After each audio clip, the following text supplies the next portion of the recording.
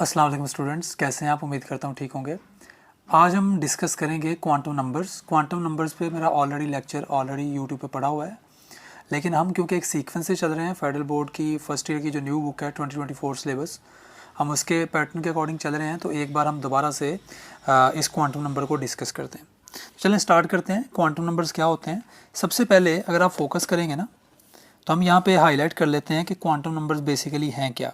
तो हम अपनी हेडिंग लिख लेते हैं क्वांटम नंबर्स। तो यहाँ पे जो सबसे इंटरेस्टिंग चीज़ आप लोगों ने अंडरस्टैंड करनी है ना, वो ये है कि क्वांटम नंबर्स का जो कॉन्सेप्ट है ये आया कहाँ से, ये क्वांटम नंबर्स बेसिकली हैं क्या। तो ये जब आप समझ जाएंगे तो चीज़ें क्लियर हो जाएंगी। जैसे हर चीज़ का एक एड्रेस होता है ना, मतलब कि ये चीज़ यहाँ से आई है या ये चीज़ यहाँ पे रहती है, या फॉर एग्जांपल मैं अमेरिका जाता हूँ तो कोई शख्स मुझसे पूछता है कि पाकिस्तान से कहाँ से हैं, तो मैं बताऊँगा पाकिस्तान में इस्लामाबाद से ये वाला सेक्टर है, ये वाला हाउस नंबर है। तो इसी तरह इलेक्ट्रॉन का भी एक एड्रेस होता है, और इलेक्ट्रॉन का जो एड्रेस था वो श्रोडिंगर वेव इक्वेशन को सॉल्व किया जब हमने, तो हमारे पास कुछ सेट ऑफ डिजिट्स आए, कुछ नंबर्स आए, और उन नंबर्स को अगर हम ट्रेस करते हैं, उन नंबर्स को अगर हम डिजिटली एटम पे अप्लाई करते हैं, तो उन नंबर से हमें इलेक्ट्रॉन का डिजिटल एड्रेस मिल जाता है, मतलब डिजिट्स की फॉर्म में। कि अगर हमारे पास n की वैल्यू 1 आ रही है तो फर्स्ट शेल है, इलेक्ट्रॉन फर्स्ट शेल में है। अगर n की वैल्यू हमारे पास 2 आ रही है तो इलेक्ट्रॉन जो है वो सेकंड शेल में है। इस तरह शेल के आगे सब शेल्स होते हैं। L की वैल्यू अगर 1 हो तो इलेक्ट्रॉन S सब शेल में है। L की वैल्यू अगर 1 हो, S की वैल्यू L की वैल्यू अगर 0 है तो S है। L की वैल्यू अगर 1 है तो P सब शेल है। इसी तरह हमारे पास और आगे मैग्नेटिक और ये चीज़ें आ जाती हैं। तो क्वांटम नंबर्स का जो कॉन्सेप्ट है ना, ये बेसिकली हम क्यों डिस्कस कर रहे हैं, ये यहाँ पे मैं हाईलाइट कर दूँ। क्वांटम नंबर्स बेसिकली हम इसलिए पढ़ रहे हैं, we just want to know about address of electron, कि जो इलेक्ट्रॉन का कंप्लीट एड्रेस है वो हम किस तरह से फाइंड कर सकते हैं। तो इलेक्ट्रॉन का एड्रेस जो है वो हमें क्वांटम नंबर्स बताते हैं, और वो जो एड्रेस होता है वो किस फॉर्म में आता है हमारे पास, वो हमारे पास डिजिट्स की फॉर्म में आता है, नंबर्स की फॉर्म में आता है, ठीक है। तो इस वजह से हम डिजिट्स यहाँ पे हाईलाइट कर देते हैं। अब हमारे लिए ये मैटर नहीं करता कि एटम कितना बड़ा है, जितना भी एटम बड़ा हो वो मैटर नहीं करता, बस आपके पास क्वांटम नंबर्स हैं, आपके पास डिजिट्स हैं। बिगर है आपके पास अगर एटम, तब भी आप इलेक्ट्रॉन का एड्रेस फाइंड कर सकते हैं।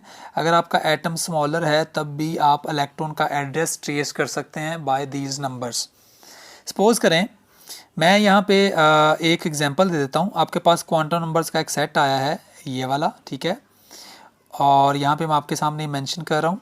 इसमें आपके पास आ गया 1, और यहाँ पे आपके पास m की वैल्यू आ गई 1, और यहाँ पे आपके पास आगे s की वैल्यू आ गई +1/2। तो ये आपके पास एक सेट ऑफ डिजिट्स किसी ने दे दिया है, तो आप इजीली ट्रेस कर लेंगे। आप कहेंगे इलेक्ट्रॉन जो है वो सेकंड शेल में होगा, ये शेल नंबर है, ठीक है, और सेकंड शेल के जो सब शेल है वो सेकंड होगा, p सब शेल होगा, ठीक है, और P सब शेल में जो उसकी ओरिएंटेशन होगी ये प्लस माइनस कुछ भी हो सकता है। हम यहाँ पे +1 लिख लेते हैं, तो हम कह सकते हैं PX में होगा, सपोज करें।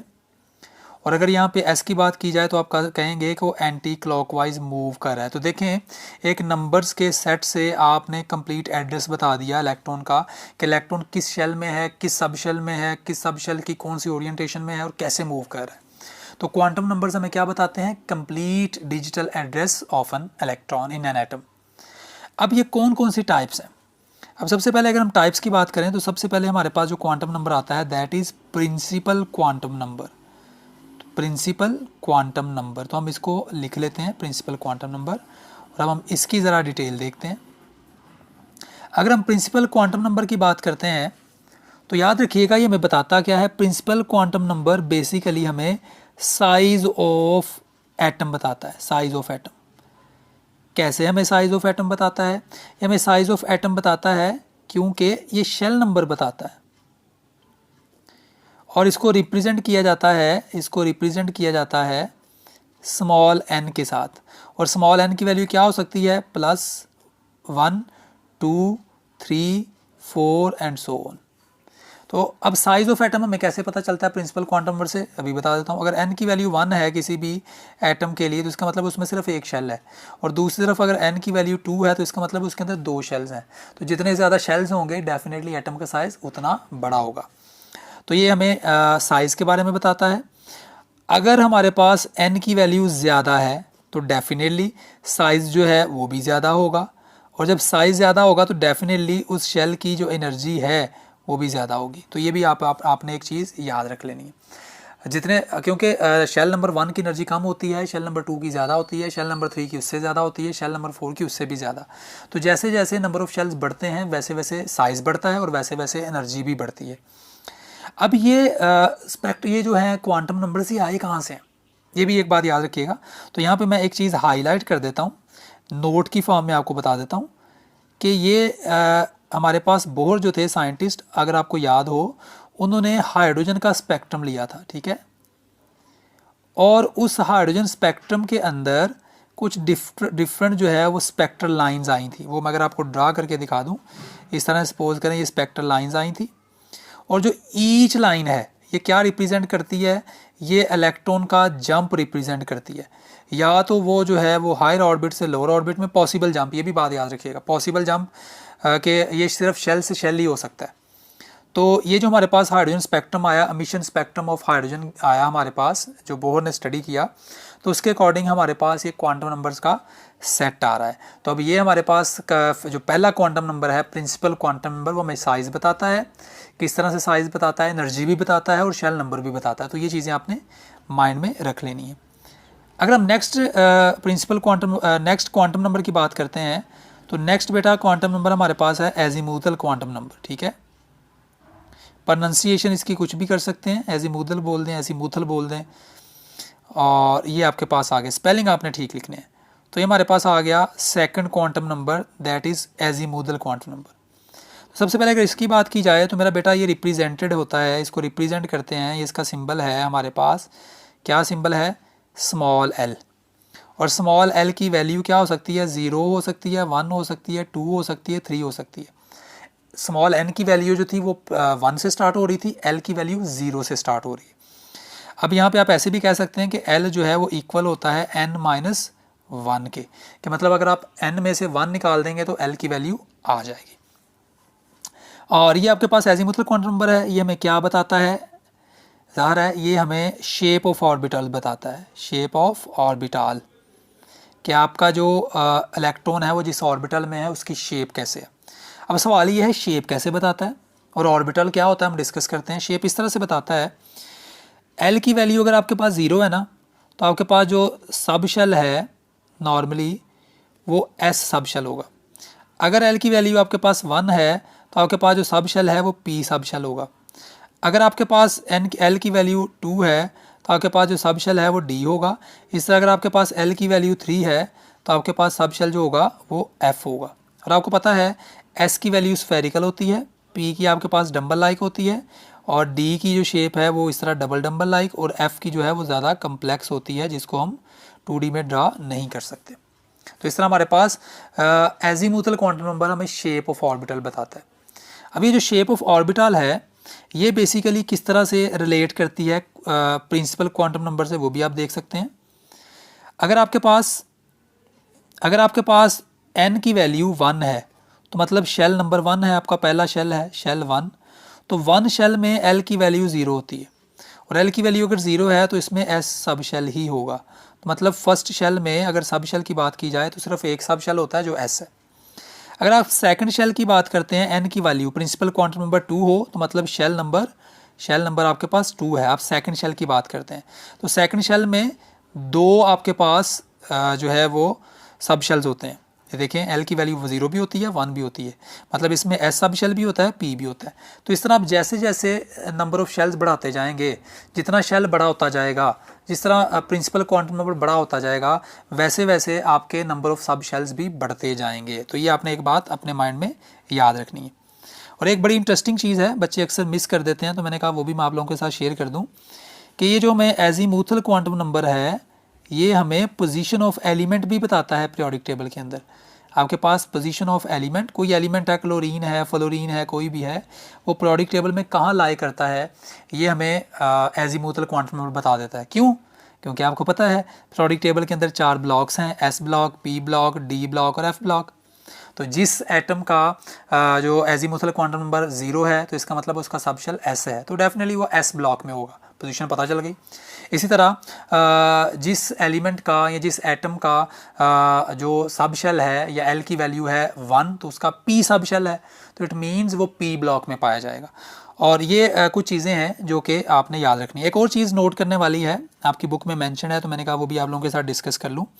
ये जो एजीमुथल क्वांटम नंबर है ना मेरा बेटा, एजीमुथल क्वांटम नंबर, ये हमें जो है वो ऑर्बिटल का एंगुलर मोमेंटम भी डिटर्मन करता है, determines the angular momentum. Angular momentum को L के साथ डिनोट किया जाता है और इसका फार्मूला होता है MVR। ये किसी भी इलेक्ट्रॉन का ऑर्बिट के अंदर एंगुलर मोमेंटम भी डिटर्मन करता है। तो ये आपके पास एजीमुथल क्वांटम नंबर था जो आपको शेप ऑफ ऑर्बिटल बताता है और उसके बाद पोजीशन बताता है एलिमेंट की इन पीरियोडिक टेबल, और इस तरह की और भी चीज़ें आपके साथ जो है वो रिप्रेजेंट करता है। तो आगे वाला जो हमारा क्वांटम नंबर है वो हम डिस्कस करते हैं। आगे वाला हमारा क्वांटम नंबर है that is third quantum number which is magnetic quantum number. इसका नाम मैग्नेटिक क्वांटम नंबर है। और मैग्नेटिक क्वांटम नंबर जो है ये हमें क्या क्या चीज़ें बताता है या इससे हमें कैसे इलेक्ट्रॉन का एड्रेस पता चल सकता है, हम वो डिस्कस करते हैं। तो सबसे पहली बात हम लिखते हैं कि मैग्नेटिक क्वांटम नंबर को रिप्रेजेंट किससे किया जाता है, स्मॉल m से। और इस स्मॉल m की वैल्यू जो है वो 0 +-1 +-2 और +-3 एंड सो ऑन हो सकती है, या आप कह सकते हैं कि -L2 + L वैल्यू हो सकती है आपके m की, मतलब मैग्नेटिक क्वांटम नंबर की। अब मैग्नेटिक क्वांटम नंबर जो है ये बताता क्या है, magnetic quantum number tells about orientation of orbital. अब आपको एक इंटरेस्टिंग चीज़ बताता हूँ कि सब शेल्स के अंदर ऑर्बिटल्स होते हैं और ऑर्बिटल्स की ओरिएंटेशन होती है। मिसाल देता हूँ आपको मैं, अगर आपके पास S सब शेल है, P सब शेल है और D सब शेल है। S जो है इसकी एक ही ओरिएंटेशन होती है दैट इज़ स्फेरिकल, क्योंकि स्फेरिकल होता है तो ये सिमेट्रिकल रहता है, ये ओरिएंटेशन शो नहीं करता। P जो है ये 3 ओरिएंटेशन शो करता है, X एक्सिस के लॉन्ग, Y एक्सिस के लॉन्ग और Z एक्सिस के लॉन्ग।